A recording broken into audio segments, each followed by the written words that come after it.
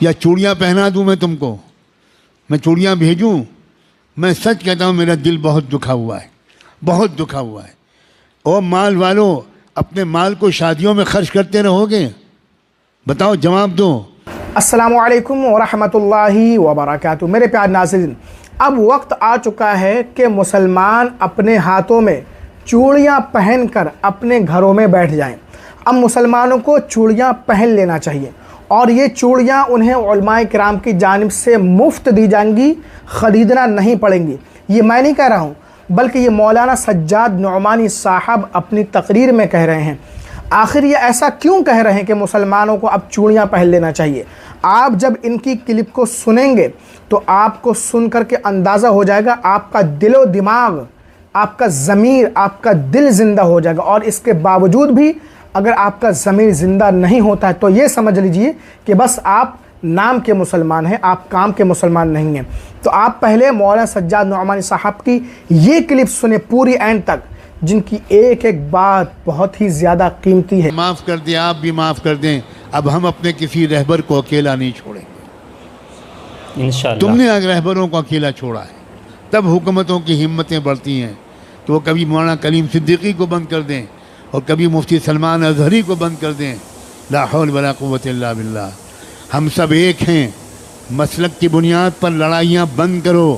اگر آپ کو کسی مسلک سے تعلق ہے بہت مبارک، لیکن ہمارا اصل مذہب کلمہ طیبہ لا الہ الا اللہ، ہمارا کلمہ ایک ہے، ہمارا قرآن ایک ہے، ہمارا قبلہ ایک ہے، ہمارے رسول ایک ہیں، ہمارا رب ایک ہے، ہمارا دین ایک ہے، اور ہمارا انجام بھی ایک ہے۔ کسی طرح کا جھگڑا نہیں۔ یہ اہل سنت کی مسجد ہے اور یہ تبلیغیوں کی مسجد ہے۔ اللہ کرے اب یہ سب ختم ہو جائے، ہم سب ایک دوسرے کی مسجدوں میں جا کر نماز پڑھیں۔ مسجد کسی کی نہیں ہے، مسجد تو اللہ کی ہے، اللہ کی ہے۔ گلے مل جاؤ، ایک دوسرے کو دعوتیں کرو، ایک مسلک کے علماء دوسرے مسلک کے علماء کو کی دعوت کریں، دسترخوان بچھائیں، ان کے ہاتھ چومیں، ان سے دعا کی درخواست کریں۔ یاد رکھنا، ہر مسلک والوں میں کچھ خوبیاں ہیں، یہ سب مسلک مل کر ایک امت بنے گی۔ اب کب تک یہ مسلک کا ہم لوگ ڈھول پیٹیں گے؟ اب بن جاؤ ایک امت، اس لیے کہ دشمن ایک امت بن گیا۔ جی حقیقت ہے۔ قرآن نے اعلان کیا ہے، والذین کفروا بعضهم اولیاء بعض الا تفعلوه تکن فتنة فی الارض وفساد کبیر۔ کفر کی طاقتیں ایک امت بن گئیں، ایک قوم بن گئیں، ایک جماعت بن گئیں، ایک سنگٹھن بن گئیں، ایک تحریک بن گئیں۔ آپس کے اختلافات انہوں نے ختم کر کے ایک ہو گئے وہ تمہارے خلاف۔ الا تفعلوه تکن فتنة فی الارض وفساد کبیر۔ اگر تم بھی ایک نہیں بنو گے، اگر تم ایک دوسرے کے مددگار نہیں بنو گے، تو یاد رکھنا تمہاری اس بدماشی کی وجہ سے، تمہاری اس بدفعلی کی وجہ سے پوری دنیا میں فی الارض فتنة و فساد کبیر، بہت بڑا فتنہ و فساد پھیلے گا تمہاری پھوٹ کی وجہ سے۔ جی حقیقت ہے، اور پھیل رہا ہے، آج یہی ہو رہا ہے۔ اب تو نہ مدرسے چھوڑے جا رہے ہیں، نہ درگاہیں چھوڑی جا رہی ہیں، مدرسوں پر بھی بلڈوزر چل رہے ہیں، مسجدوں پر بھی بلڈوزر چل رہے ہیں، اور درگاہوں پر بھی، مزاروں پر بھی بلڈوزر چل رہے ہیں۔ واہ واہ واہ واہ۔ اب بھی امت ایک نہیں ہوگی، اب بھی درگاہیں اور مزاریں والے الگ رہیں گے اور مدرسے والے الگ رہیں گے۔ اب تو بھائی خدا کے لیے اب تو ایک ہو جاؤ، ایک ہو کر مضبوطی کے ساتھ ایک طاقت بنو، اور اس بات کی عادت ڈالو کہ جب یہ میرے جیسا کوئی کہنے والا یہ بات کہے تو جس مجمع کے سامنے کہے اس مجمع میں سے کم 50% لوگ وہ باقاعدہ اپنے علاقے کے ذمہ داروں کے ساتھ آئیں، میرے پاس آئیں، میرے جیسے لوگوں کے پاس آئیں اور تفصیل پوچھیں کہ ہم اپنے ملک کو سنبھالنے کے لیے کیا کریں۔ نوجوانوں آؤ گے یا چوڑیاں پہنا دوں میں تم کو؟ میں چوڑیاں بھیجوں؟